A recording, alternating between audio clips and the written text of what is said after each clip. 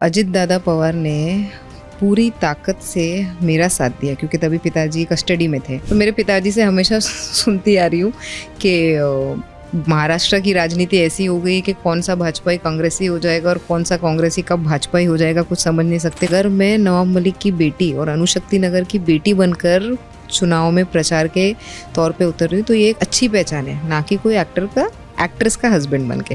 और एलिगेशंस ये नहीं लगे हैं कि हम दाऊद के कोई करीबी हैं या ये है। एलिगेशन जो हमारे पर केस है वो सिर्फ और सिर्फ ईडी में है जो मनी लॉन्ड्रिंग का है। मेरे पिताजी ने इसके ऊपर खुल के भी बोला है कि जिसने भी उनको आतंकवादी या दाऊद के साथ जोड़ा है या जोड़ रहे हैं आगे भी, तो उनके ऊपर वो क्रिमिनल डिफेमेशन, सिविल डिफेमेशन डालेंगे। महाराष्ट्र की 288 विधानसभा सीटों में से एक और चर्चित सीट अणुशक्ति नगर, और ये चर्चित इस वजह से हो गई है क्योंकि यहाँ से पहले विधायक हुआ करते थे नवाब मलिक, और अब उन्होंने इस सीट की विरासत अपनी बेटी सना मलिक को सौंप दी है, जो पहली बार विधानसभा के चुनावी मैदान में है। तो चलिए सना मलिक से बात करके जानने समझने की कोशिश करते हैं कि इस चुनाव में जब पिता ने उनको अपनी विरासत सौंपी है तो वो अपनी जीत को लेकर के कितनी आश्वस्त हैं और अणुशक्ति नगर के वो कौन से मुद्दे हैं जिन पर वो काम करने जा रही हैं। तो सना जी, शुक्रिया वक्त देने के लिए। पहला चुनाव है आपका, कैसे देख पा रही हैं आप इसको? चुनाव पहला नहीं है, विधानसभा के चुनाव पहला है। इसके पहले बीएमसी के जो काउंसिलर्स के इलेक्शंस होते हैं उसमें 2017 में कैंडिडेट के तौर पे उतरे थे और उतर के पराभव हुआ था। लेकिन मेरा मानना है कि हर पराभव कुछ ना कुछ सिखा के जाता है, और भले ही वो इलेक्शन 2017 के काउंसिलर्स इलेक्शन का एक अंत था और हमारी पराभव से हुई उससे, लेकिन एक नई शुरुआत हुई उस समय मेरी, जिससे हम सोशली और पॉलिटिकली बहुत एक्टिव हो गए अनुशक्ति नगर विधानसभा क्षेत्र में। और पिछले 7 सालों से इधर लगातार काम कर रहे हैं। तो विधानसभा की इलेक्शंस पहली बार लड़ रहे हैं, लेकिन इतने नए नहीं हैं जब 2017 में जैसे थे। तो मतलब ये है कि जो लोग आपको अंडरडॉग की तरह देख रहे हैं कि यार ठीक है सना मलिक हैं, पहला चुनाव लड़ रही हैं, वैसा कोई मसला है नहीं आपके साथ? नहीं, आपको बताना चाहूँगी कि बीएमसी के चुनाव के बाद जब मैं पराभव देखना पड़ा हमें, तो ऑलरेडी हम फील्ड पे उतर चुके थे। उसके पहले भी मैं एज एन आर्किटेक्ट 2009 से लगातार बीएमसी में और सोशल वर्क में बीएमसी के ज़रिए ही काफ़ी एक्टिव रही। फिर 2017 में जब चुनाव मैदान में उतरी तो ऐसा रियलाइज़ हुआ कि चुनाव जो दिखता है और जो एक्चुअली ज़मीनी तौर पे होता है वो अलग है। तो धीरे धीरे फिर अनुशक्ति नगर विधानसभा क्षेत्र में जब पिताजी का चुनाव आया 2019 में, तो उसके पहले ही सोशली हमने बहुत काम चालू कर दिया लोगों के बीच में रह के, इधर की जनता के लिए। और 2019 में जब पिताजी को चुन के यहाँ के लोगों ने दिया, उसके बाद लगातार लोगों के बीच में रह के, चाहे वो कैसी भी समस्या है, जैसे पूरे दुनिया में कोविड की महामारी आ गई थी, तब उनके साथ इधर उनके लोगों, हमारे लोगों के बीच में जितना भी हम उनके लिए कर पाए हमने लगातार किया। फिर पिताजी के साथ जब पिताजी मंत्री बन गए और जब उनका ज़्यादा समय मंत्रालय और बाकी के पूरे महाराष्ट्र स्टेट के पीछे जाता था, तो ज़मीनी तौर पे इधर जो भी काम होता था मैं उनके नेतृत्व के नीचे काम करती रही। अब पिताजी का जिक्र आपने कर ही दिया, इतनी सारी बातों का जिक्र कर ही दिया, तो पहले पिताजी पे ही बात कर लेते हैं, क्योंकि सबसे ज़्यादा जो हंगामा हुआ है, ख़ास तौर से अगर मैं महायुति की बात करूं तो वो सिर्फ 2 नामों पे हुआ है, और उन 2 नाम में से एक नाम आपके पिताजी का है। बीजेपी बिल्कुल फेवर में नहीं थी, फिर भी आपके पिताजी को शिवाजी मानखुर्द नगर से उम्मीदवार बनाया गया है। कैसे देख रही हैं आप इस चीज़ को, इस पूरी बगावत को या इस पूरी उम्मीदवारी को? देखिए, हमने लगातार ये चीज़ बोला है और आज फिर बोलती हूँ कि जब हमारा कठिन समय चल रहा था तो अजित दादा पवार ने पूरी ताकत से मेरा साथ दिया क्योंकि तभी पिताजी कस्टडी में थे। तो जब जब इधर अनुशक्ति नगर विधानसभा क्षेत्र में कोई भी इश्यूज़ मुझे, क्योंकि मैं आमदार नहीं हूँ या मैं ज़्यादा जानकार नहीं थी कि चीज़ें कैसे होती है, जितना नेतृत्व के नीचे काम कर पाई, समझा एज एन आर्किटेक्ट का रोल प्ले करके चीज़ें कैसे सुलझाना चाहिए, कैसे बढ़ाना चाहिए, टेक्निकलिटी में कैसे करना चाहिए, वो सब काम करती थी और ज़मीनी तौर पे लोगों से जुड़ा करती थी। लेकिन अचानक से पिताजी जब कस्टडी में चले गए और कार्य मतलब अनुशक्ति नगर क्षेत्र में जो भी काम आता था और उसके लिए अगर मुझे कहीं काम के लिए जाना पड़ता था तो वो अजित दादा पवार है। और अजित दादा पवार ने तब से लेके आज तक पूरी ताकत से हमारा साथ दिया है। और भले ही कितना भी आप लोग बोलते हैं बहुत बड़ा ड्रामा हुआ, ये हुआ वो हुआ, लेकिन दादा ने जो शब्द दिया था उसको पूरा किया है। क्या यही वजह है कि आप लोग, चूँकि जब ये एनसीपी टूटती है, आपके पिताजी नवाब मलिक शरद पवार के बहुत पुराने साथी रहे हैं, सारी चीज़ें हुई, सारी तोहमतें उन पर कभी भी लगीं तो शरद पवार ने आगे आके उनका बचाव किया। फिर ईडी की कार्रवाई होती है, उनको जेल जाना पड़ता है, और उसके बाद जब वो बाहर आते भी हैं तो वो पूरी तरीके से कहते हैं कि केस अभी ख़त्म नहीं हुआ है, सिर्फ उनको ज़मानत मिली है, लिहाजा हम उनको टिकट नहीं दे सकते। तो अभी मैं आपका ये बयान सुन रहा था कि मैं महायुति की उम्मीदवार नहीं हूँ, मैं अजित दादा पवार की उम्मीदवार हूँ, मैं उस एनसीपी की उम्मीदवार हूँ, बाकी मुझे किसी से कोई फ़र्क नहीं पड़ता है।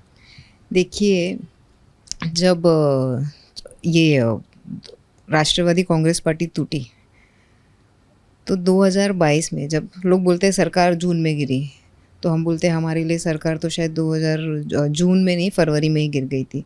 लोग बोलते हैं कि राष्ट्रवादी की जो पार्टी है वो 2023 में टूटी, लेकिन अणुशक्ति नगर विधानसभा में ये सब कुछ 2022 के फरवरी में हो चुका था।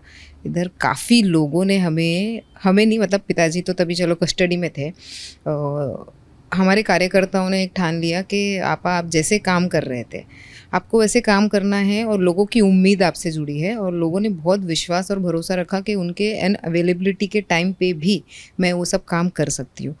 तो जब ये काम हमने चालू किया तो सिर्फ़ और सिर्फ हमारे विरोधक नहीं, हमारे पार्टी के भी कुछ लोग ऐसे थे जो मुझे बहुत परेशान किया और हर चीज़ में रुकावट डालने की कोशिश की, और काफ़ी चीज़ें ऐसी की जो नहीं करनी चाहिए थी। और मैं कभी महिला का कार्ड नहीं प्ले करती, लेकिन कम से कम मेरे पिताजी के अनअवेलेबिलिटी के टाइम पे कुछ चीज़ें ऐसे सोच लेना चाहिए कि चलो बाप नहीं है तो बेटी ज़िम्मेदारी निभा रही है और कोशिश कर रही है। ऐसा नहीं बोलूँगी कि मैंने पूरी ज़िम्मेदारी निभाई, लेकिन मैंने कोशिश की। कुछ गलत भी हुआ रहेगा और कुछ सही भी हुआ होगा, लेकिन बात ये होती है कि हम हारे नहीं, हम थके नहीं, हम बैठे नहीं। तो हमने पूरा टाइम ये किया, और फिर स्प्लिट हुई और किसने क्या अगेंस्ट में क्या, कभी नहीं। 2009 से जब हमने देखा अणुशक्ति नगर विधानसभा एक डिलिमिटेशन जब हुए तो एक नए विधानसभा के रूप में बाहर आया, और उस समय जब नया विधानसभा आया तो हम फैमिली ने पूरी ताकत लगाई कि नहीं अभी नया विधानसभा है और हम अभी बड़े हो गए। उसके पहले तो चलो छोटे थे तो इतना कैंपेनिंग के बारे में जानते नहीं थे, तो पूरी ताकत से हम हमेशा खड़े हुए पिताजी के साथ, और वो 2009 से आज 2024 में हम खड़े। आज ये चौथा चुनाव है। चलो अब की मैं एज अ कैंडिडेट सामने हूँ, लेकिन पिछले 3 इलेक्शंस में हमने देखा कि पिताजी सिर्फ और सिर्फ अपने काम के आधार पे वोट मांगते हैं। जब लोगों से जब आप जुड़े हो, लोग आपको मानते हैं, लोग आपके ऊपर विश्वास रखते हैं, भरोसा रखते हैं, तो फिर आपका कौन अगेंस्ट में है या कौन साथ में है ये बिल्कुल भी फ़र्क नहीं पड़ता। आज मैं अभी भी पद यात्रा करके इधर आ रही हूँ, तो महिलाएँ जब मालूम पड़ता है कि मैं पद यात्रा के लिए निकली हूँ, महिलाएं बच्चे ऐसा घेर लेते हैं, अपनी अपनी गलियों से, अपने अपने घरों से बाहर आ जाते हैं। सुबह 10 बजे मैंने शुरुआत की। कहीं इलाका ऐसा होता है कि सुबह 10 बजे सुबह भी नहीं होती, लेकिन कोई ब्रश लेके हाथ में आ रहा है, कोई टॉवल अपने कंधे पे रख के या बाहर आ रहा है। तो ऐसे सिचुएशन में भी मैंने यही देखा है कि जिस तरीके से मेरे पिताजी ने मैं देख रही हूँ पिछले 4 इलेक्शन में सिर्फ अपने काम पे आधार पे वोट मांगते हैं। फिर कौन साथ दे रहा है और कौन हमारे खिलाफ में, कुछ नहीं। इलेक्शन में चुनाव जब होता है तो जो हमारा जनता हो वो राजा बन जाता है, और राजा पूरी तरीके से जब आपका साथ दे तो फिर आपकी जीत पक्की हो जाती है, और फिर कौन साथ दे और कौन आपके अगेंस्ट बोले उसमें कोई फ़र्क नहीं पड़ता। लेकिन जीत हार से इधर एक बात ये है कि आपके जो विरोधी हैं, जो विपक्ष है आपका, वो ये कह रहा है कि अजित दादा पवार एनसीपी से टूट करके महायुति में सिर्फ इसलिए गए ताकि वो अपने घोटाले दबा सके।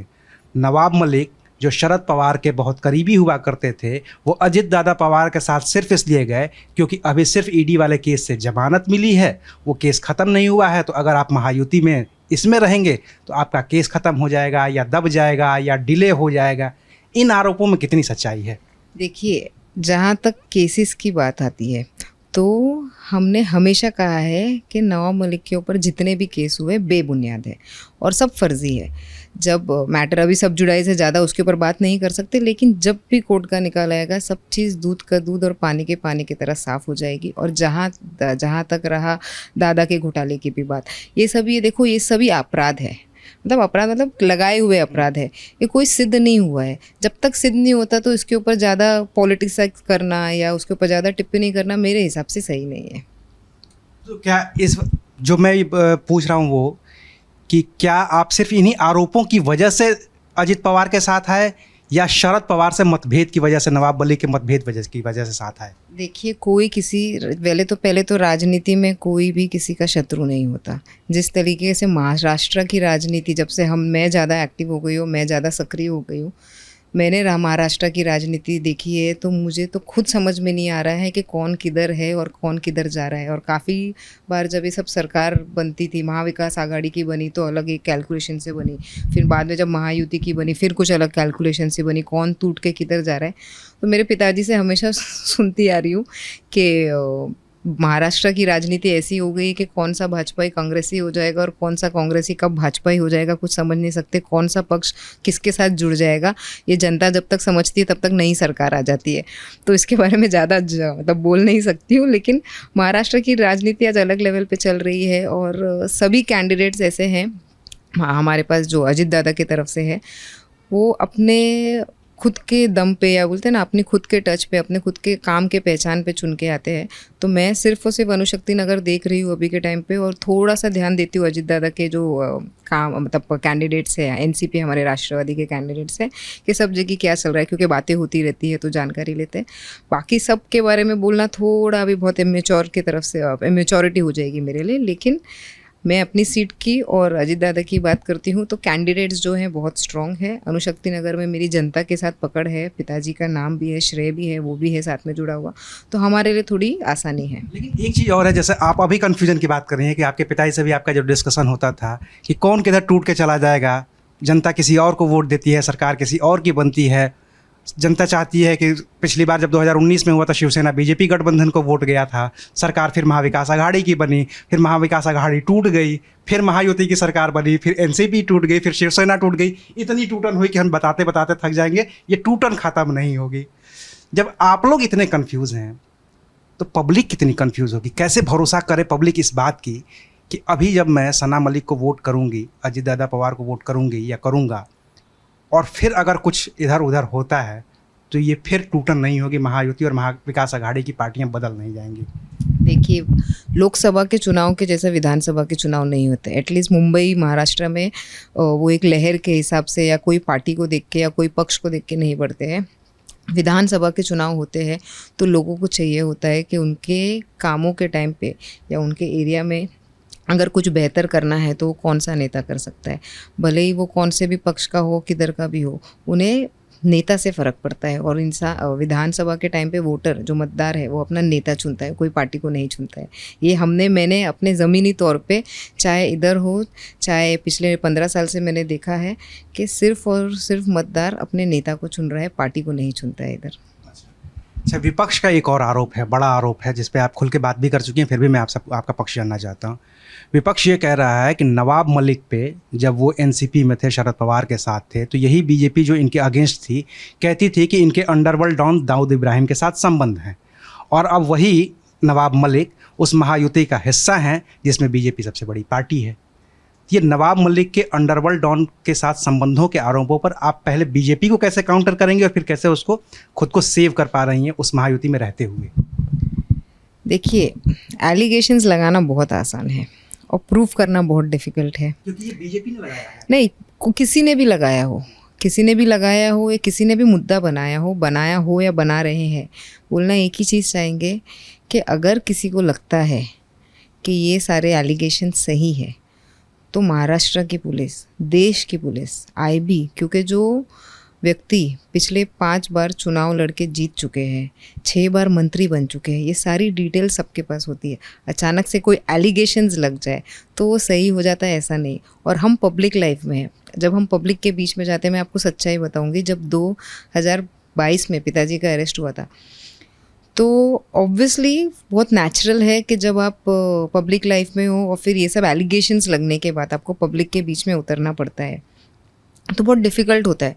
आपके मन में, आपके दिल में हिचकिचाहट रहती है कि क्या पता कुछ कहीं से उठ के आ जाए या कुछ कहीं बोल दे, उतना कॉन्फिडेंस नहीं होता। और मैं बताती हूँ ना कि मेरा कॉन्फिडेंस लेवल बहुत गिरा वो सब होने के बाद। हर वक्त हर पल जब पब्लिक के बीच में जाती थी तो कहीं ना कहीं वो रहता था कि अचानक से पब्लिक में ये मुद्दा कोई ना उठा दे, लेकिन पब्लिक ने उसको कभी एक्सेप्ट ही नहीं किया। पब्लिक ने हमेशा यही सोचा और यही बोला कि ये सब बेबुनियाद है। और आज मैं भी वापस से बोलती हूँ कि सभी एलिगेशंस बेबुनियाद है। मैटर जब कोर्ट में रहेगा, कोर्ट में है, सब जुडाइज है, आगे जब आएगा दूध का दूध पानी का पानी होगा। और एलिगेशंस ये नहीं लगे हैं कि हम दाऊद के कोई करीबी है या ये है। एलिगेशन जो हमारे पर केस है वो सिर्फ और सिर्फ ईडी में है जो मनी लॉन्ड्रिंग का है। उसको कहीं अगर आप कनेक्ट करके कहीं और लेके जाएंगे, कोई भी हो, चाहे वो विपक्ष में हो या सत्ता में हो, सब ये गलत चीज़ है जब मैटर आएगा। और मेरे पिताजी ने इसके ऊपर खुल के भी बोला है कि जिसने भी उनको आतंकवादी या दाऊद के साथ जोड़ा है या जोड़ रहे हैं आगे भी, तो उनके ऊपर वो क्रिमिनल डिफेमेशन, सिविल डिफेमेशन डालेंगे। अगर कोई हक के साथ ये चीज़ पूरी ताकत के साथ बोल रहे हैं तो फिर विपक्ष के और सत्ता के जो भी लोग इसके ऊपर बात कर रहे हैं, मेरे हिसाब से वो गलत है और नहीं होना चाहिए। दो सवाल और आपके पिताजी से और आपके विपक्ष और आपके पक्ष के जुड़े हुए हैं। पहला सवाल तो ये है कि एक नारा बड़ा चला है, बटेंगे तो कटेंगे। ये उत्तर प्रदेश में योगी आदित्यनाथ जो मुख्यमंत्री हैं उन्होंने ये नारा दिया और उस नारे को बहुत ज़्यादा ज़ोर शोर से यहाँ पे सुनाई दिया जा रहा है महाराष्ट्र में। उस नारे को थोड़ा सा और आगे बढ़ा करके वोट जिहाद और लैंड जिहाद की बात की जा रही है। तो ये तो जितने भी तीनों नारे हैं, वोट जिहाद, लैंड जिहाद और बटेंगे तो कटेंगे, एक पर्टिकुलर कम्युनिटी को ही तो टारगेट किया जा रहा है और वो भी आपके सहयोगी ही कर रहे हैं। देखिए, अभी मैंने जैसे पहले भी बोला कि राष्ट्रवादी कांग्रेस पार्टी अजित दादा पवार ने हमारे ऊपर भरोसा दिखा के हमें दो टिकट दी। एक अणुशक्ति नगर विधानसभा की दी, एक मानखुर शिवाजी नगर की दी। और हम वो 2 टिकट पे और ये 2 सीट पे पूरा फोकस रखते हैं। बाकी महाराष्ट्र में किधर किसको दिया गया है और किस तरीके से राजनीति हो रही है उसकी ज़्यादा जानकारी नहीं रखती हूँ। लेकिन जहाँ तक ये इसकी बात है नारे की, मैं मुंबई में, मेरा तब पैदाइश हुई है, बचपना इधर गया है, सब कुछ इधर हुई, शादी हुआ है, बच्चे इधर ही हैं, रहती हूँ इधर से।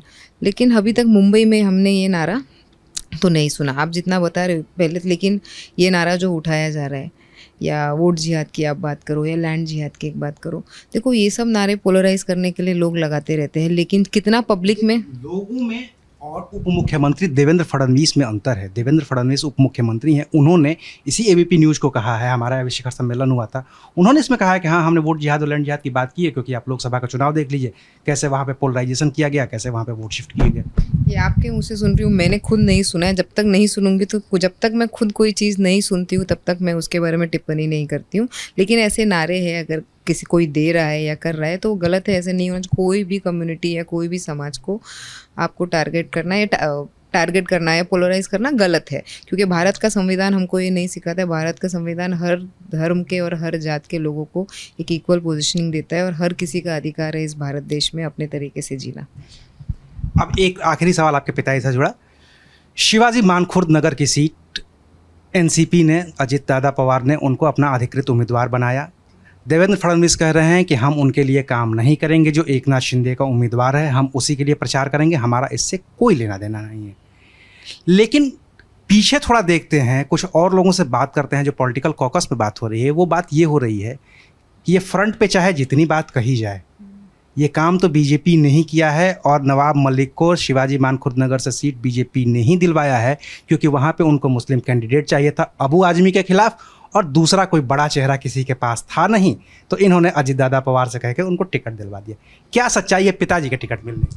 देखिए, हमारी बात जो है सिर्फ और सिर्फ राष्ट्रवादी कांग्रेस पार्टी के लोगों से और स्पेसिफिकली अजित दादा पवार से, प्रफुल्ल भाई पटेल जी से और सुनील तटकरे जी से होती थी। और बाकी उनका पॉलिटिकली किससे क्या बात होती थी उसकी जानकारी ना मुझे है, और अगर पिताजी को है तो उसकी जानकारी मुझे नहीं है, तो ज़्यादा इसके ऊपर नहीं कमेंट करना चाहूँगी। लेकिन इतना जानती हूँ कि आज से 3 महीने पहले अणुशक्ति नगर विधानसभा की सीट और शिवाजी नगर मानखुर की सीट अजित दादा के लिए रखी गई थी, क्योंकि ऑलरेडी इसमें जो महायुति के दोनों तरफ कैंडिडेट्स थे, इधर शायद 29,000 वोट से डेफिशिएंट है महायुति और उधर 90,000 से डेफिशिएंट है महायुति।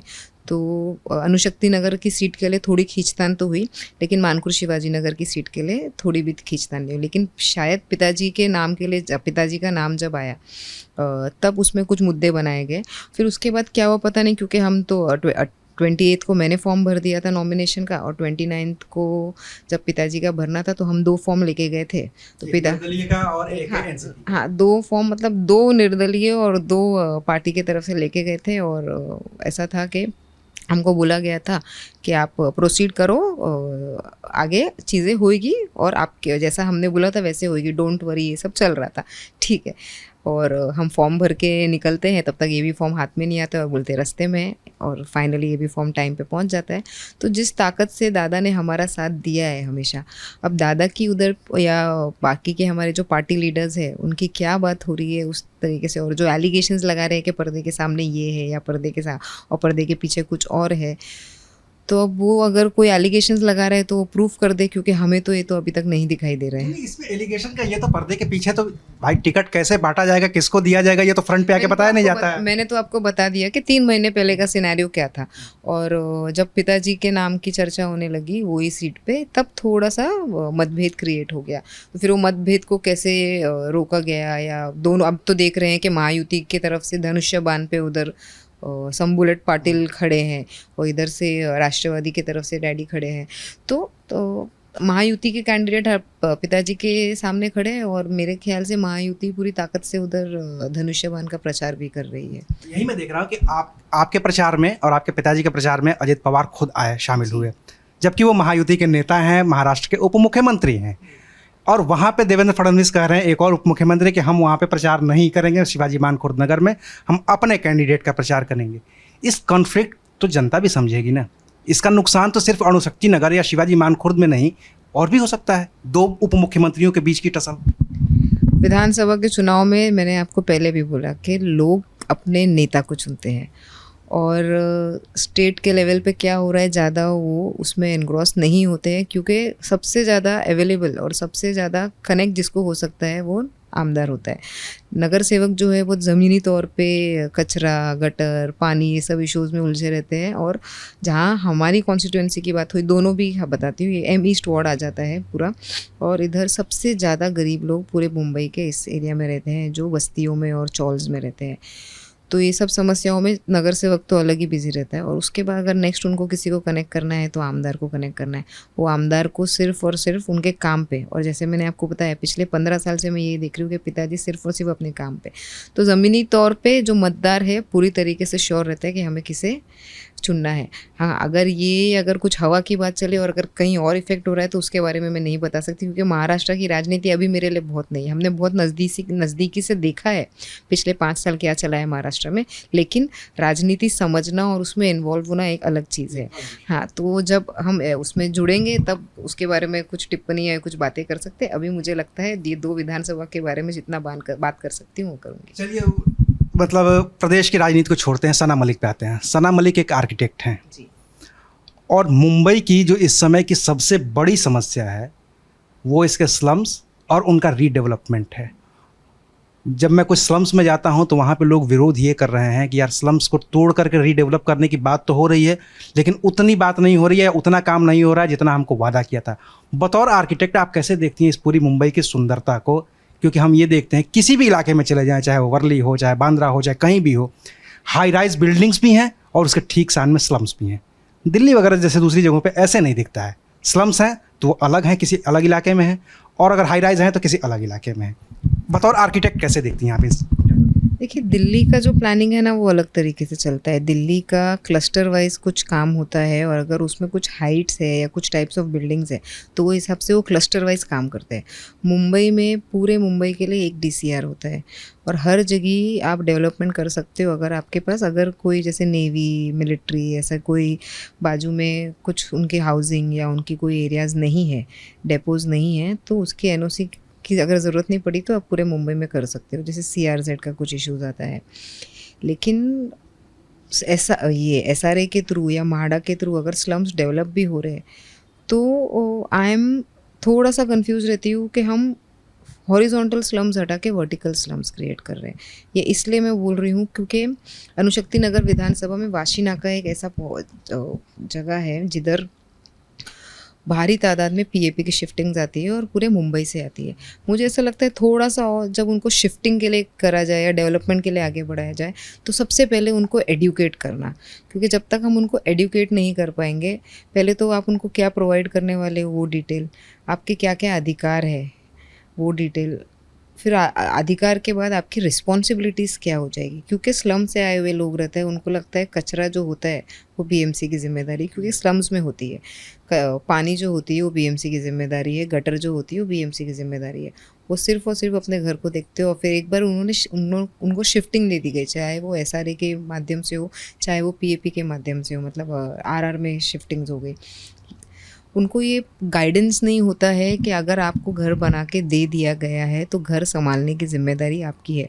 हाँ, एक डीएलपी पीरियड होता है, डिफेक्ट लायबिलिटी पीरियड, उस चीज़ की भी जानकारी नहीं होती है। तो हम क्योंकि अनुशक्ति नगर विधानसभा का ये सबसे बड़ा विषय है, क्योंकि हम एक जगह हॉरिजॉन्टल स्लम्स को डील करते हैं, एक जगह हम स्लम्स डील करते हैं जो पहाड़ी इलाके पे है और जिधर बारिश के टाइम पे दीवार चट्टानें गिर जाती है। और एक बार हमारे भारत नगर में हुआ भी है अभी रिसेंटली 3 साल पहले, और एक जगह जहाँ वर्टिकल स्लम्स हम डील करते हैं। तो ये सभी को क्या होना चाहिए, इनका ब्लूप्रिंट कैसा बनना चाहिए, सिर्फ और सिर्फ रिहैबिलिटेशन का नहीं, लेकिन शुरुआत से लेके एंड तक, और उनको जब तक हमने जिम्मेदारी दी और जिम्मेदारी निभाने तक, क्योंकि ये समझाना, कहीं कहीं सोसाइटीज़ नहीं फॉर्म है, कहीं सोसाइटीज़ फॉर्म है तो फेडरेशन नहीं फॉर्म हो पा रहे हैं, क्योंकि अलग अलग बिल्डिंग्स है और एक बड़ा लेआउट है, उनके इंटरनल रोड्स, उनका ड्रेन किसका क्या है, ये सभी जानकारी उनको देना। पहले तो सबसे पहले उनको एडुकेट करना है सभी चीज़ों के बारे में। और ज़्यादा मुंबई में नहीं फैलूँगी, लेकिन इधर के इस इलाके में अनुशक्ति नगर विधानसभा के क्षेत्र में चुन के आती हूँ, तो इसका आने वाले 5 साल का ब्लूप्रिंट ज़रूर बनाऊँगी, क्योंकि हम चाहते हैं कि ये नहीं चाहती हूँ कि हाँ स्लम्स हट जाए, लेकिन ये चाहती हूँ कि हमारे लोगों को बेहतर ज़िंदगी दे पाऊँ। अनुशक्ति नगर में एक और उम्मीदवार हैं, स्वरा भास्कर, बहुत अच्छी बॉलीवुड अभिनेत्री हैं, आपने भी फिल्में उनकी देखी ही होंगी।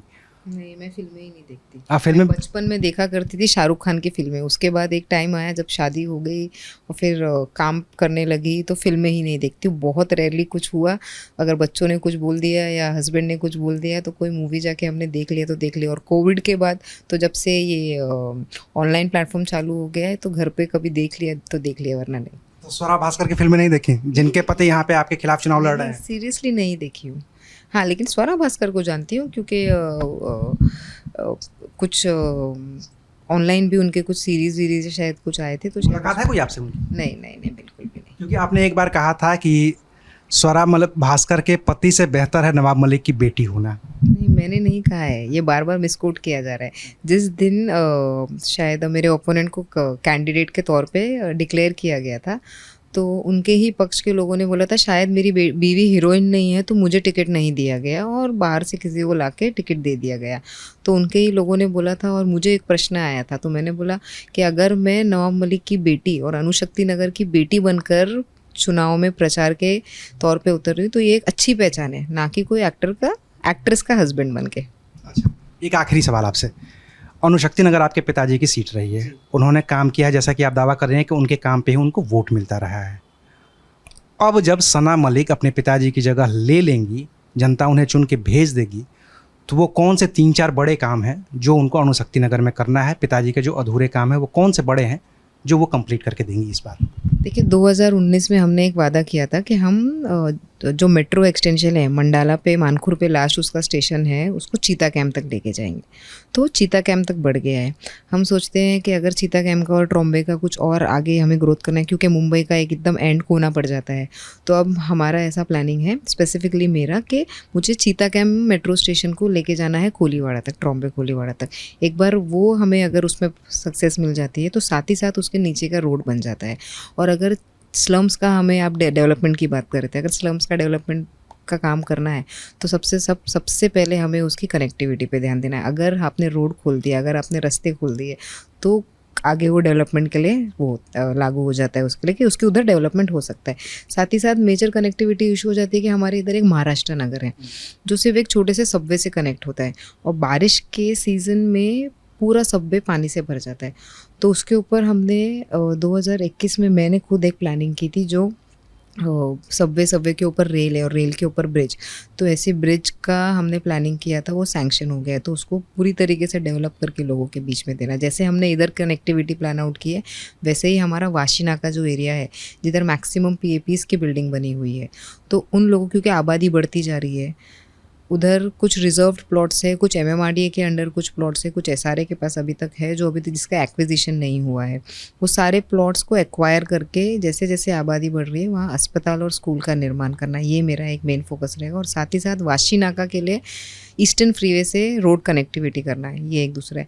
खेल के प्रेमियों के लिए जैसे रिजर्व्ड एक स्पोर्ट्स कॉम्प्लेक्स का एरिया है, लेकिन वो कुछ अलग मतलब प्रॉपरली एक्वायर नहीं हो पाया है, तो उस पर काम करेंगे। नाट्य गृहों के लिए, नाट्य प्रेमी के लिए नाट्य गृह बनाना, ये सब जो चीज़ें हैं जो हमने ऑलरेडी चॉक आउट करके रखा था, लेकिन पूरी, क्योंकि पिछले 5 साल बहुत ही उतार चढ़ाव के गए, प्लान किया था और भी बेहतर करेंगे उसको। और सारे एक्विजिशन के स्टेज पे है, एक्वायर करके उस पर डेवलपमेंट करेंगे। शताब्दी हॉस्पिटल में 2013 में मेरे पिताजी ने बोला था कि मेडिकल कॉलेज कन्वर्ट किया जाएगा उसको, तो हम उसके पहले पड़ाव पे पहुंच गए। 300 बेडेड हॉस्पिटल रेडी है। एक बार वो लोगों के बीच में आ जाता है, वो साल भर का अगर प्रॉपरली फंक्शन हो गया उसका, तो 1 साल बाद उस पर हम मेडिकल कॉलेज बनाने के लिए कर सकते हैं कार्रवाई, मतलब उसके ऊपर प्रपोजल डाल के उसको आगे बढ़ा सकते हैं। तो ये सब चीज़ें, साथ ही साथ जो हमारे जो लोग हैं, क्योंकि स्लम की पॉकेट ज़्यादा है, तो उनकी रोज़मर्रा की जो समस्या है उस पर तो काम करते रहते हैं, वो शॉर्ट टर्म काम होता है और इमीडिएट होने वाले काम होते हैं। ये लॉन्ग टर्म काम में शताब्दी कॉलेज को मेडिकल कॉलेज में कन्वर्ट करना, मेजर रोड कनेक्टिविटी करना, फिर रेलवे स्टेशन है, कुछ रेलवे स्टेशन एकदम क्योंकि स्लम्स के बीच में आते तो पैक्ड हो गए, तो महाराष्ट्र मानखुर स्टेशन का इंटीग्रेटेड डेवलपमेंट करना। गोवंडी का भी मैंने एक स्टडी करके रखा है, एक लूप रोड प्लान आउट करके रखा है, तो लूप रोड को बना के देना लोगों के बीच में। मतलब पूरा प्लान तैयार है आपके पास? एज एन आर्किटेक्ट मैंने 5 साल पूरे एरिया में घूमी हूँ, कुछ समस्याएं मेरी, कुछ पिताजी का भी बहुत इनपुट्स रहा है, उनकी प्लानिंग रही है, तो ये सब चीज़ें हमें करना है। और जनता चुन के देती है, तो शॉर्ट टर्म तो इमीडिएट हमेशा चालू ही रहता है, ये जो लॉन्ग टर्म पे हमने चीज़ें रखी है उसको आगे बढ़ा के देंगे। चलिए, एक बस लास्ट सवाल, पिताजी की जीत को लेकर के कितनी आश्वस्त हैं, क्योंकि वहाँ पे मुकाबला तगड़ा है, अबू आजमी वहाँ पे उम्मीदवार हैं समाजवादी पार्टी से? देखो, हम सिंपल और पॉजिटिव लोग हैं, और सबसे बड़ी बात हम सच्चे लोग हैं।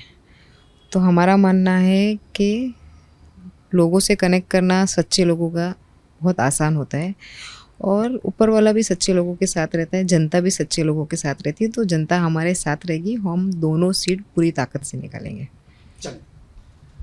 तो ये थी सना मलिक, महायुति की उम्मीदवार अणुशक्ति नगर से, लेकिन ये कहती हैं कि महायुति से ज़्यादा हमें ये कहिए कि हम अजित दादा पवार की NCP पार्टी के उम्मीदवार हैं। ये अपनी जीत को लेकर के आश्वस्त हैं, अपने पिताजी की जीत को लेकर के आश्वस्त हैं, और इसके नतीजे जो होंगे वो 23 नवंबर को आएंगे। कौन जीतेगा कौन हारेगा 23 नवंबर को पता चल जाएगा। शुक्रिया, आप देख रहे थे ABP लाइव।